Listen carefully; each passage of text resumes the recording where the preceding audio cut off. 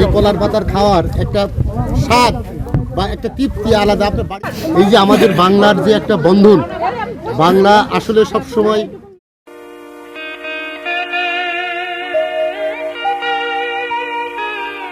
কুষ্টিয়া রেনুইক বাঁধ প্রকৃতির এক অনন্য সৌন্দর্য। আমি বাঁধের গেট দিয়ে প্রবেশ করছি। কুষ্টিয়া সরকারি কলেজ বাংলা বিভাগ অ্যালামনাই অ্যাসোসিয়েশন এখানে এক স্মরণীয় বনভোজনের আয়োজন করেছে। আর এই বনভোজনের বিশেষ আকর্ষণ হচ্ছে কলাপাতায় খাবার পরিবেশন। কুষ্টিয়ার গোড়াই নদীর তীরে অবস্থিত রেনুইক বাঁধ শহরের অন্যতম সুন্দর স্থান। নদীর স্বচ্ছ জল, বাতাসে ভেসে আসা পাখির কুজন ও সবুজ প্রকৃতির অপার সৌন্দর্য এখানে অনুষ্ঠানকে আরও আনন্দময় করে তুলেছে।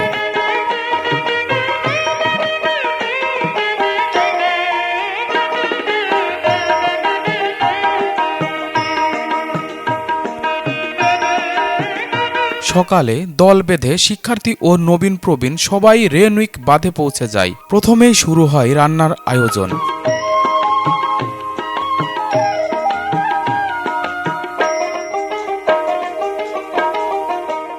শিক্ষার্থীরা নিজেরাই মরিচ, পেঁয়াজ, রসুন, বেগুন সহ অন্যান্য মশলা কেটে রান্নার প্রস্তুতি নিতে ব্যস্ত হয়ে পড়েন। কাঁচা মরিচের ঝাঁজ, পেঁয়াজ কাটার সময় চোখের জল, চুলায় হাঁড়ি বসানো, সব মিলিয়ে এক প্রাণবন্ত পরিবেশ সৃষ্টি হয়।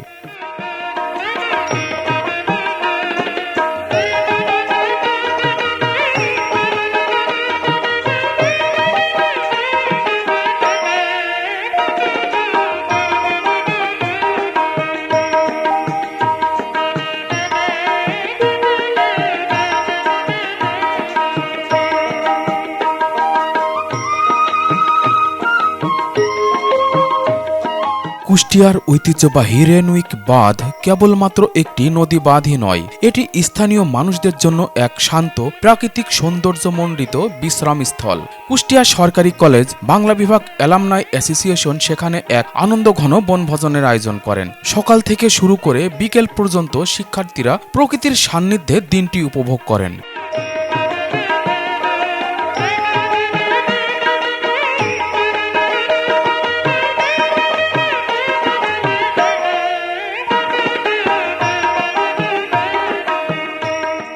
বাঁধে সবাই উপস্থিত হওয়ার পর কেউ রান্নার কাজে ব্যস্ত, আবার কেউ বক্স বাজিয়ে নাচে গানে ব্যস্ত। শুরু হয় নানা ধরনের বিনোদনমূলক কার্যক্রম। বাংলা বিভাগের শিক্ষার্থীরা নেচে গেয়ে বনভোজনকে আরও আনন্দময় করে তোলে।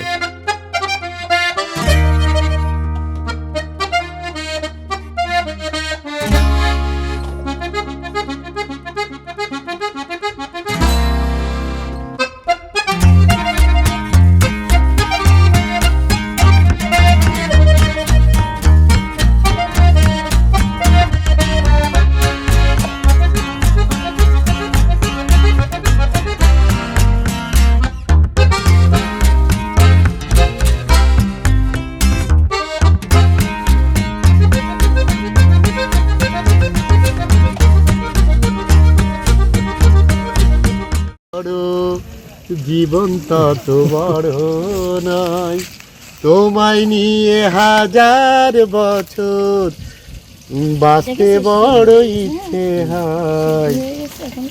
ভালোবাসা যত বড়, জীবন তত বড় নয়।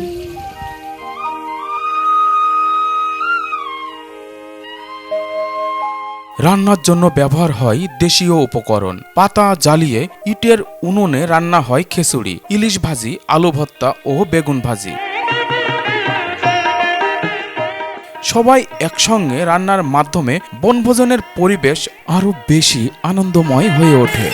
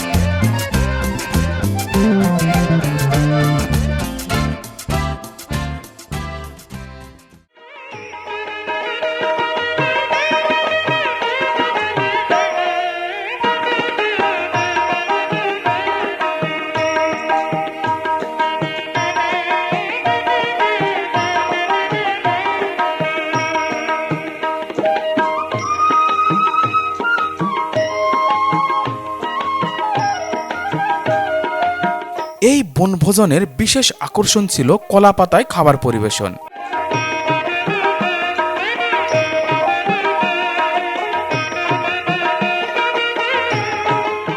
প্রকৃতির সঙ্গে সামঞ্জস্য রেখে পরিবেশ বান্ধব উপায়ে খাবার পরিবেশন করা হয় কলাপাতায়। গরম ভাতের সঙ্গে ইলিশ ভাজি, আলু ভর্তা, বেগুন ভাজি সবকিছুই যেন প্রকৃতির মাঝেই এক অনন্য স্বাদ এনে দেয়।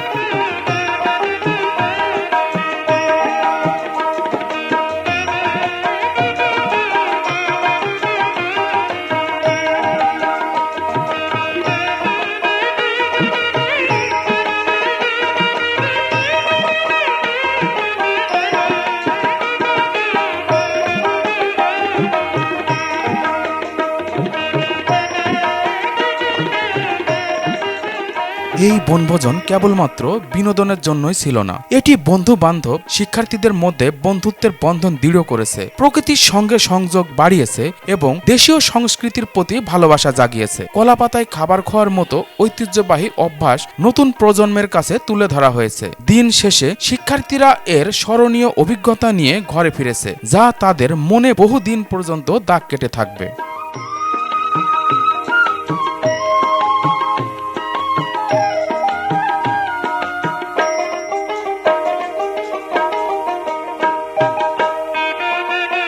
এই যে আমাদের বাংলার যে একটা বন্ধন, বাংলা আসলে সবসময় বাংলার মানুষ সবসময় রোমান্টিক হয়, সবসময় একটু ব্যতিক্রমী হয়।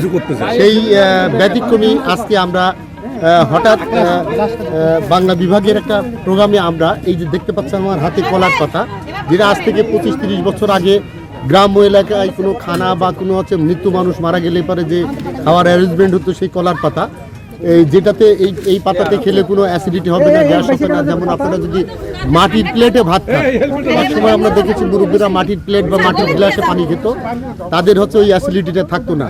তাই আজকে যখন এই আমাদের বাংলা বিভাগের আমাদের যে বন্ডিংটা, এই বন্ডিংয়ের মাধ্যমে যখন আজকে কলার পাতাতে আজকে খেতে পেরেছি, মনে হলো যে সেই শৈশবের 30 বছর আগে ফিরিয়ে গিয়েছি।